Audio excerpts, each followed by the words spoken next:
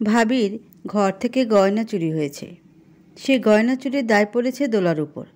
বাবা মারা যাওয়ার পর থেকে ভাইয়ের হাতে সংসারের দায়িত্ব যাওয়ার পর টুকিটাকি চুরির দায়ভার দোলার উপর আসে। কিন্তু এবার সোনার গয়না চুরির দায়ভার চলে এলো। ঘর ভর্তি মানুষের সামনে দাঁড়িয়ে দোলা মাথা নিচু করে বলল, আমি নেই ভাবি, আপনি বিশ্বাস করেন? কুত্তা বিলাই পালতেছে কেন রে? নাগরের পয়সায় ভাত গিলা তাও হয় না, তার ঘরেই চুরি করো? ভাইয়ের শাশুড়ির এমন কথা শুনে আরও এক দফা মাটির সাথে মিশে গেল দোলা। প্রতিবাদের সুরে বলল, আমার আপন ভাই, আপনি এসব কি জঘন্য কথা বলতেছেন? এইটুকুই কথা যথেষ্ট ছিল। দোলাকে তার ভাবি ইচ্ছে মতো আঘাত করল। কেবল 2 বেলা খাওয়ার জন্য দোলা মুখ বুজে সেই মাঠটুকু হজম করে নিল। খোঁড়াতে খোঁড়াতে প্যারালাইজড মায়ের পাশে গিয়ে বসতেই তার মা বলল, আজকেও মারল তোকে? তুই কোথাও চলে যা। কই যাব মা? লেখাপড়াটাও মাঝপথে বন্ধ হলো। অন্তত এসএসসি পাসটা করতে পারলে তোমাকে নিয়ে চলে যেতাম। তোর ভাই আসলে আজ আর ওদিকে যাওয়ার দরকার নেই, ঘরেই থাক। দোলা কিছু বলল না। বছরখানেক আগে বাবা মারা গেল। বাবার নামেই শহরের বাড়িটা ছিল। পেনশনের টাকা এবং বাসা ভাড়ায় বেশ চলছিল। ভাইটাও মাল্টিন্যাশনাল কোম্পানিতে বেশ বড় চাকরি করে। বাবা মারা যাওয়ার পর ভাই শ্বশুর শাশুড়ি বাড়িতে এসে উঠল, কারণ তাদের একমাত্র ছেলে দেশের বাইরে সেটেলড হয়েছে। মা আপত্তি করেনি, করাটা উচিত ছিল। তারা আসার পরই সব পাল্টে গেল। বাড়ির সব দেখাশোনা এবং ভাড়া তোলার দায়িত্ব তাদের হাতে চলে গেল। তখন থেকে শুরু হলো দোলা এবং তার মায়ের ভোগান্তি। একে একে নানান কথা বলে ভাইয়ের সামনে ছোট করা হতো দোলাকে। কখনো কোনো ড্রেসের বাহানা, আবার কখনো কোনো খাবারের। একটা সময় মায়ের চিকিৎসা করানো বন্ধ করে দিল। তাদের জায়গা হলো চিলে কোঠার ঘরটায়। রোদের তাপে যখন বিদ্যুৎ থাকে না, দোলার মা হাঁসফাঁস করে আর নিচে তখন আমোদ ফুর্তি চলে। পেনশনের টাকাটার জন্য প্রয়োজনীয় কাগজটাও রয়ে গেছে তার ভাবির কাছে। তাই তো এসএসসি এর ফর্ম ফিল আপটাও করা হয়নি, পরীক্ষাটাও দিতে পারেনি। তোমার বোন আজ আমার মাকে যাচ্ছে তাই বলল। আমার মা নাকি দুশ্চরিত্রা। তুমি যদি এসবের বিচার না করো তাহলে আমি আর তোমার সংসার করব না। নিশান কোনো কিছু না ভেবে উপরে উঠে গেল। চিলে কোঠায় গিয়ে দেখল তার মা দেয়ালে হেলান দিয়ে বসে আছে আর দোলা ঘুমিয়ে আছে মায়ের পাশে। কোনো কিছু না বলেই চুলে ধরে দোলাকে আঘাত করল। তার মা নিরুপায় হয়ে ছেলের পায়ে ধরে বলল, মেরো না নিশান, আমি তোমার পায়ে ধরছি। তোমাকে তো আমি জন্ম দিয়েছি, মানুষ করেছি, এর প্রতিদান হিসেবে হলেও ওকে মেরো না। নিশান চমকে গেল মায়ের কথায়। দীর্ঘ 6 মাস পর মায়ের সাথে তার দেখা, আর তার মা তার পায়ে ধরে অনুরোধ করছে, তোমার মেয়েকে সামলাও, ও আমার শাশুড়িকে যাচ্ছে তাই বলেছে। এত কিসের সাহস? না হলে বেরিয়ে যাও বাড়ি থেকে। নিশান দাঁড়ায়নি। অভুক্ত দুটো প্রাণ পুরো রাত চিলেকোঠায় কাঁদল।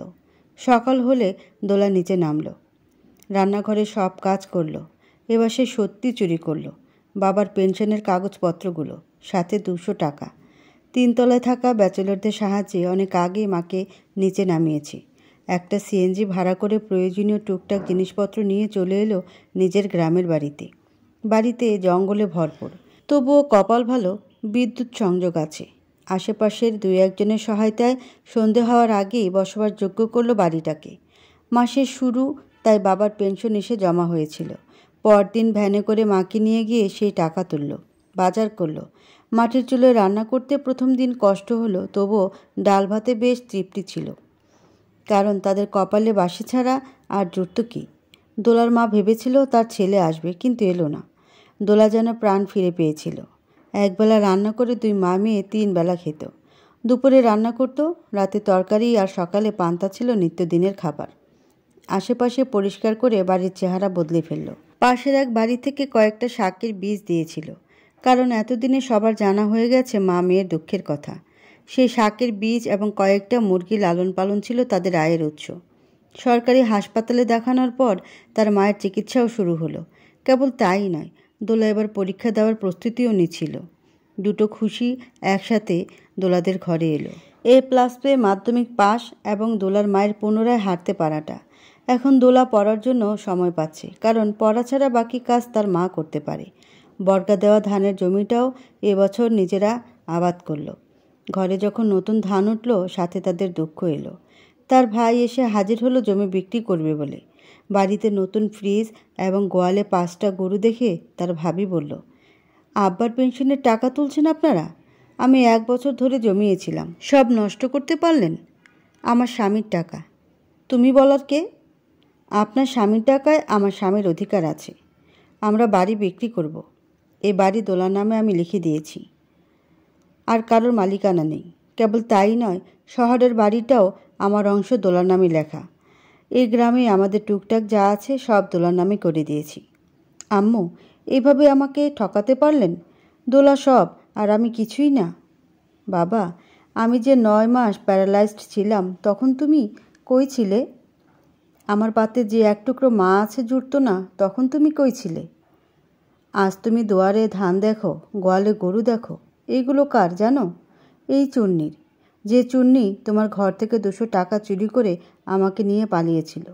ভাগ্যিস পালিয়েছিল, না হলে আমার আর বাঁচা হতো না। যে এই মেয়েটা যে আমাকে নতুন করে জন্ম দিল, ওকে জন্ম আমি দিয়েছি, আর ও আমায় নতুন করে বাঁচতে শেখালো। তুমি বরং ফিরে যাও। দোলার বিয়ের পর ও ওর বাসা বুঝে নেবে। এখানে আর তোমার কিছুই নেই, বসে থেকেও লাভ নেই। নিশান ফ্যাল চোখে মায়ের দিকে তাকিয়ে রইল। তার মা চোখের সামনে বসে দোলার মুখে খাবার তুলে দিচ্ছে, অথচ নিশান যেন তার কাছে নিছক অপরিচিত মানুষ। রক্তের সম্পর্ক এত দ্রুত বদলে যায় কী করে?